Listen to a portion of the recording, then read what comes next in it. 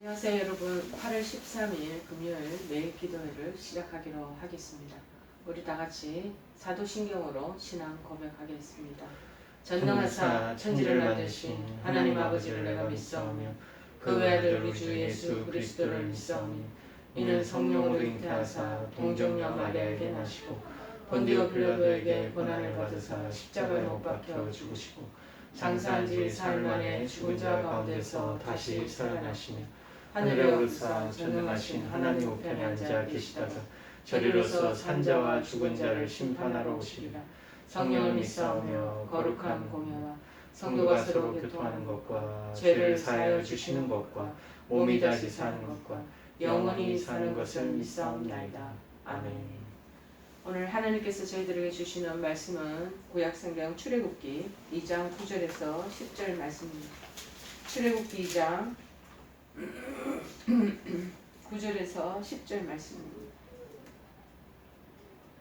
83쪽입니다. 출애굽기 2장 9절에서 10절 말씀 다 찾으신 줄 알고 제가 봉독해 드리겠습니다.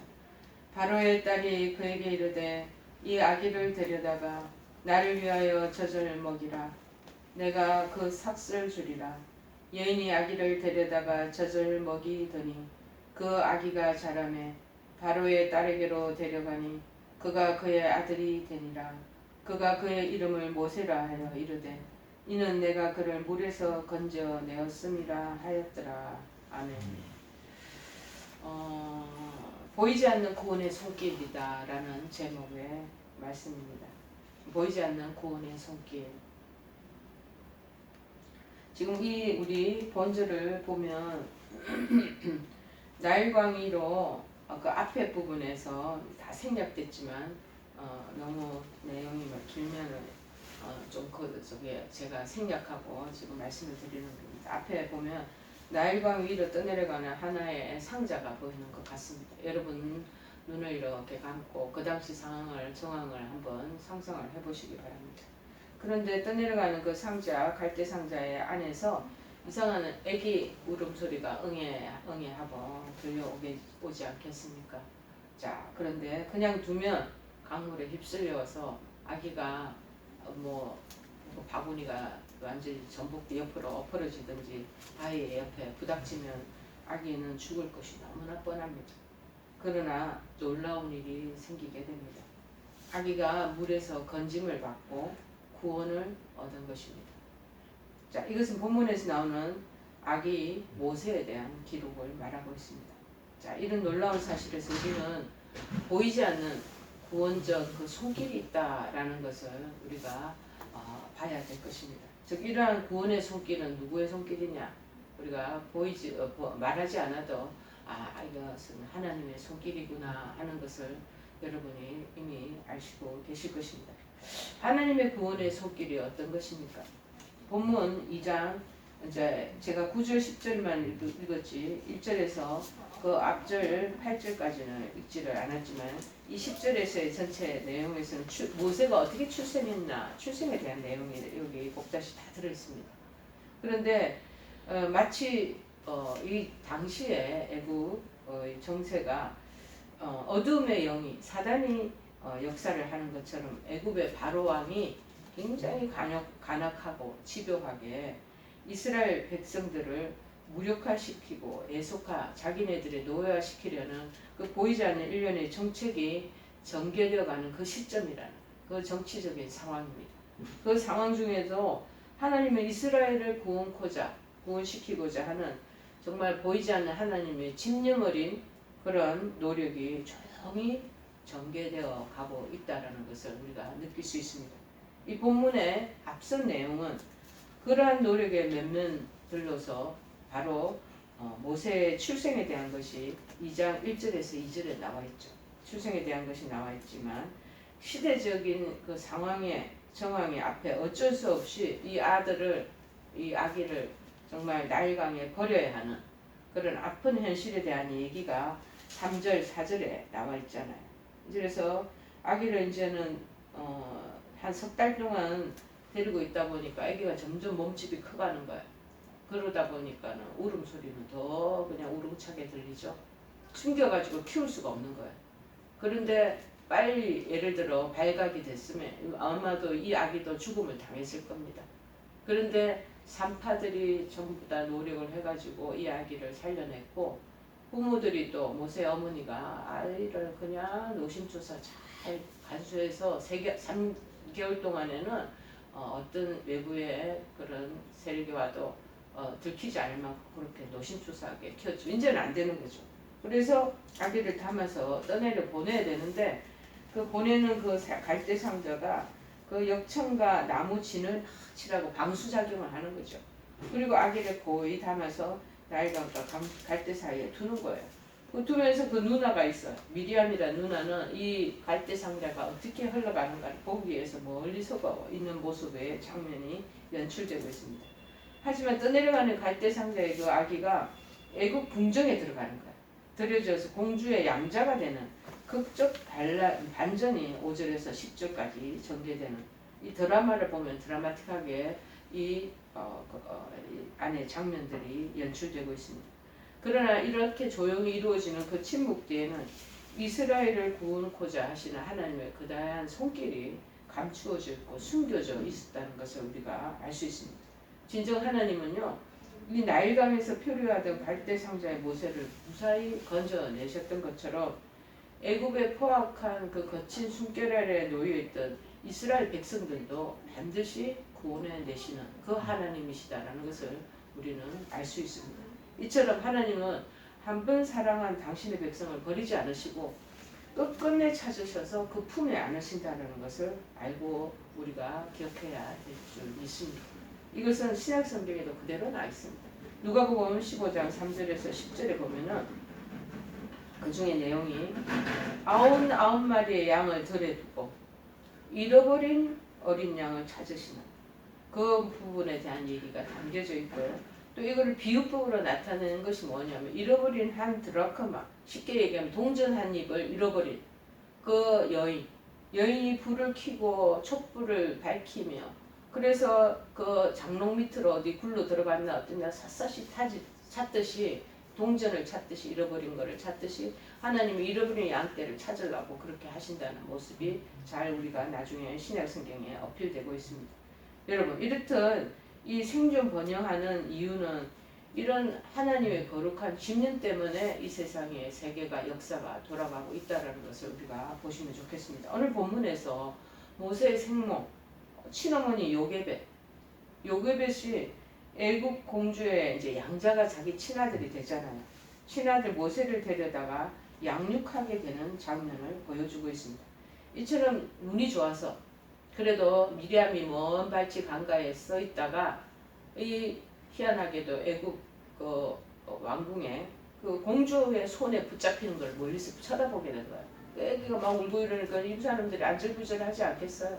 그런데 멀리서 미리암이 다가가서 그 히브리 여인 중에 어떤 여인이 지금 유모가 될 사람이 있다. 아기가 그 사람도 낳은 지 얼마 안 된 것 같더라. 그러니까 저지 돌고 있다는 거야.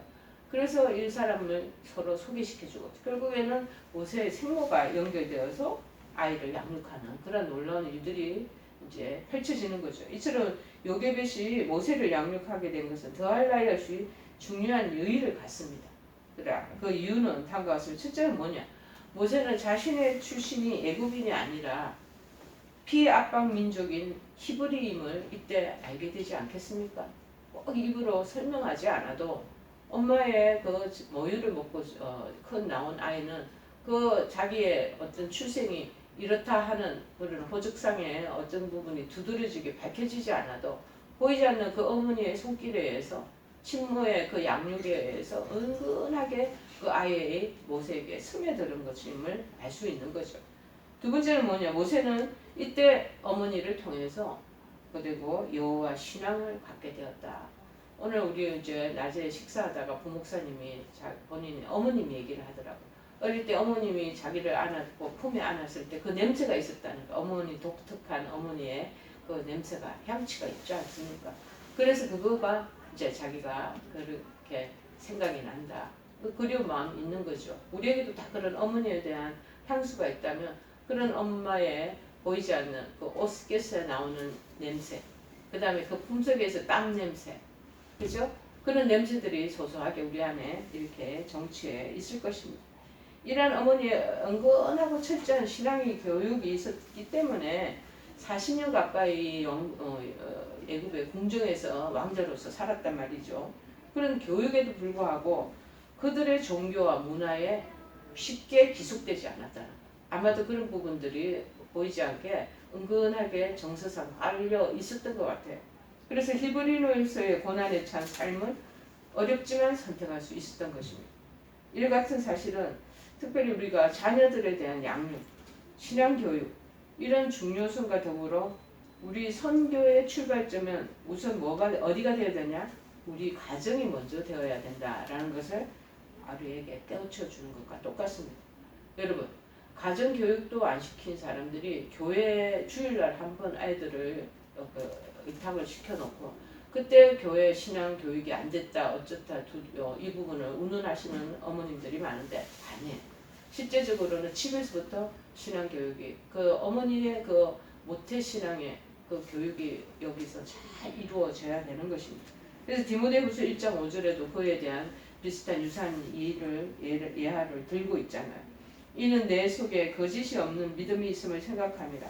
이 믿음은 먼저 내 외조모 로이스와 내 어머니 유니게 속에 있더니 내 속에도 있는 줄을 확신하노라. 뭡니까? 가정교육. 집에서 어머님과 그 외할머니, 할머니와 할아버지, 보이지 않는 신앙교육이 어머니 때 이르고 3대까지 이루게 됐다는 것을 말씀하고 있잖아요. 자, 10절에 보니까 그래서 아이가 자라납니다. 바로의 딸에게로 데려가니 이 수유기간이 다 한 후에 바로 또 공주의 품으로 다시 이양이 됩니다. 그래서 그의 아들이 되니라. 애굽에 양자 제도가 있었는지는 불확실합니다. 그러나 바로 공주는 모세를 마치 자기 아들처럼 여겨서 그에게 왕족이 혜택을 입을 수 있는 각종 혜택을 다 그 모세에게 부여했음을 우리가 알 수 있습니다. 그래서 스데반의 이 사도행전 7장 22절에 보면 스데반의 보고에 의하면 이렇게 기록된 부분들을 보면서 우리가 또 모세가 어떻게 교육된가를 우리가 짐작할 수 있죠. 뭐냐면은 모세가 애굽 사람의 모든 지혜를 배워서 그의 말과 그의 하는 일들이 다 능하더라 이렇게 말하고 있습니다. 당시 역사 신학자인 로윈슨이라는 사람에 의하면은 이 모세는 애굽의 학술, 그러니까 애굽의 산술, 애굽의 그 기하학 이런 게 유명했나 봐요. 그리고 천문학, 철자법, 문법, 역사, 의학 등을 모두 이 왕궁에서 다 배웠다고 그러고 말하고 있습니다. 최고의 쉽게 얘기하면은 그 모든 교육을 다 받은 거죠. 제일 상등품 교육을 받은 거죠. 어쨌든 하나님은 출애굽 대역사를 준비의 단계로서 당시 사회적으로 가장 안전하고 진보된 그 왕궁 애굽의 보호처에서 당신의 일꾼을 미리 여기서 다 양성을 해놨다는 것입니다. 보이지 않는 손길에서. 그래서 이 모세는 저희 친척 중에도 그 아이가 옛날에 어릴 때 30년 전에 모세라는 아이가 있었어요. 근데 걔가 이름이 모세지 모세에 해당되는 그런 인물 급은 안 됐던 것 같습니다. 그런데 이 모세에 해당하는 히브리어 모셰는 모세스라는 애굽에서 파생된 말이래요. 여기서 모는 무슨 말이냐? 물이란 뜻이래. 우세스는 건짐을 받다. 물에서 건짐을 받았다. 건짐을 받았다는 뜻으로 애굽 공주가 그 당시 모세를 나일강에서 건져내서 아들을 삼은 것을 기념하여 붙인 이름이라는 것이죠. 그 의미가 다 히브리 건종 지역에 있는 이들의 이름이 의미가 다 있지 않습니까? 한편 모세 같은 이름의 뜻은 그가 장차 이스라엘 민족을 압제와 고역의 그 강물에서도 구출해서 마침내 하나님의 약속하신 땅, 즉 가나안으로 인도해낼 출애굽 주역으로서의 복된 사명을 은연중에 여기 암시하면서 시사해주고 있다고 우리는 여길 수가 있습니다. 하나님의 이 구원의 역사는요 모세에게 임한 것처럼 우리 각자에게 저는 제 개인에게도 역사하여 주셨고 그런 구원의 역사가 보이지 않는 손길에 의해서 이루어진다는 그 구원의 역사가 손에 두드러지게 이렇게 나타나느냐 그게 아니고 보이지 않게 우리의 인생의 그 경로 가운데 은밀하게 진행되고 있다라는 것. 우리만 모르는 거지. 그래서 그런 구원의 역사가 눈에 보이지 않는다 이 뜻입니다. 첫째가 본문에서 하나님이 직접 구원했다는 말은 없잖아요. 하나님이 들큼 그냥 이 모세를 나일 강에서 건져내야 되는데 아니잖아요. 애굽의 궁정의 이 바로의 그 공주를 통해서 이 아이를 궁정에서 양육하며 키워나가는 그 손길을 우리가 바라보자는 거죠. 눈에 보이지 않지만 하나님의 손길이 있음을 우리가 분명히 알 수 있죠. 죽을 수밖에 없는 운명이었어요. 근데 죽이지 않고 하나님께서 한 40년간을 잘 여기서 테이크 케어 받도록 그렇게 하잖아요. 왜냐하면 한 사람의 생명이 구원을 얻기까지는 반드시 하나님의 손길이 있음을 성경은 거듭거듭 말하고 있습니다. 자, 에베소서 2장 8절에서 9절에 보면 이렇게 말합니다. 너는 그 은혜에 의하여 믿음으로 말미암아 구원을 받았으니 이것은 너희에게서 난 것이 아니요 하나님의 선물이라. 행위에서 난 것이 아니니 이는 누구든지 자랑하지 못하게 합니다. 하나님 당신의 주권하에서 단독적으로 구원의 역사를 일으켜 가신다라고 우리가 이해하면 충분합니다. 그런데 내가 선행으로 내 노력으로 한다라고 하는 것은 그것은 오해라는 것이죠. 여러분 하나님이 하신다는 선물로 그냥 선물을 우리가 돈을 값을 치르고 선물을 받습니까? 아니잖아요. 선물은 값없이 받는 거죠. 은혜의 구원의 손길 그냥 값없이 없이 그냥 받는 거예요. 왜? 이걸 내가 노력해서 땀으로 수고해서 얻어냈다 하면 자랑한다. 인간은 자랑하게 돼 있어. 자기 의를 드러내게 돼 있어.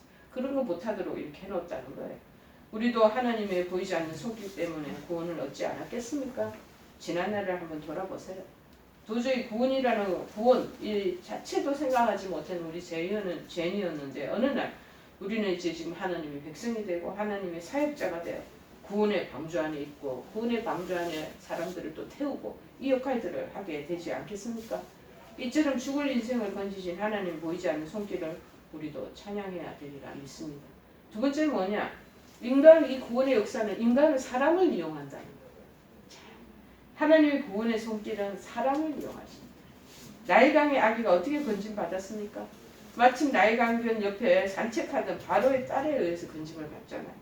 우리도 구원받았을 때의 장면을 한번 해상을 해보면요. 주변 누군가의 도움으로 하나님의 구원을 얻게 되었음을 알 수 있습니다. 친구의 도움으로 혹은 낯선 사람의 도움으로 우린 구원을 다 얻는 것입니다. 이처럼 하나님은 사람을 이용하셔서 당신의 구원을 이루어 가십니다. 사람을 이용하신다니까 나도 하나님의 그 구원의 도구의 한 방편으로 사용될 수 있다 그 소리이죠.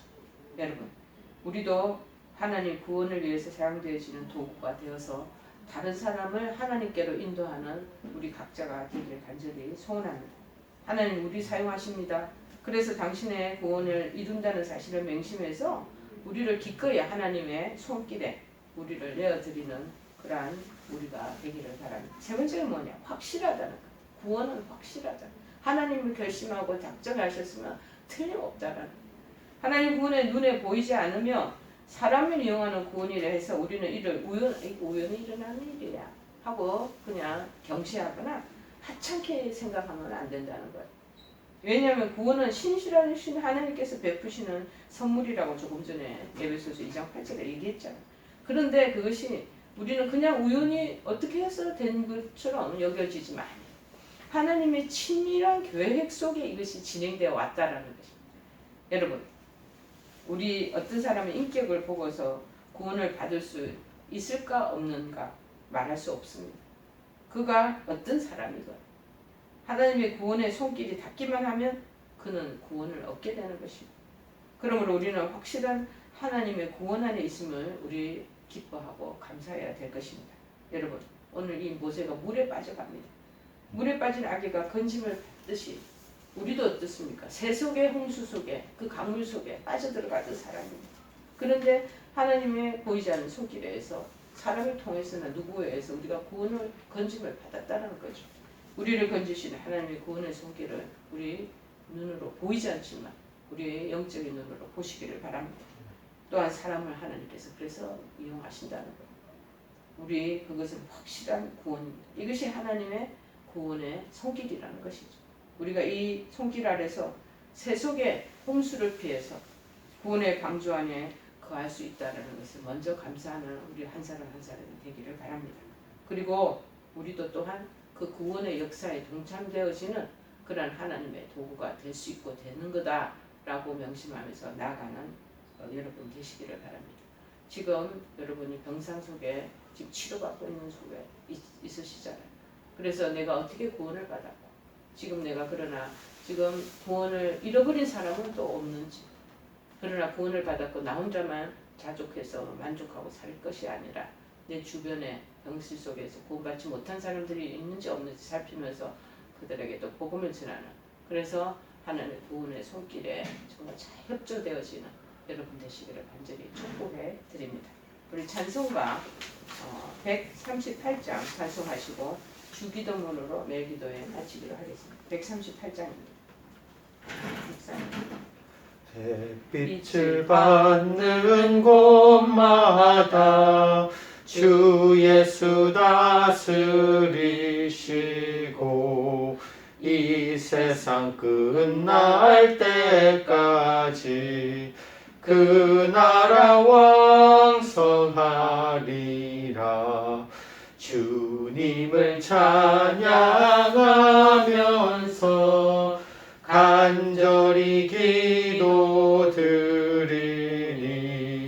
그 기도 향기 되어서 주 앞에 상달하도다. 아멘. 우리 다 같이 주기도문 하시겠습니다. 하늘에 계신 우리 아버지여, 이름이 거룩히 여김을 받으시오며 나라의 마옵시며 뜻이 하늘에서 이룬 것 같이 땅에서도 이루어지이다. 오늘날 우리에게 일용할 양식을 주옵시고 우리가 우리에게 죄 지은 자를 사하여 준 것 같이 우리의 죄를 사하여 주옵시고 우리를 시험에 들게 하지 마옵시고 다만 악에서 구하옵소서. 대개 나라와 권세와 영광이 아버지께 영원히 있사옵나이다. 아멘.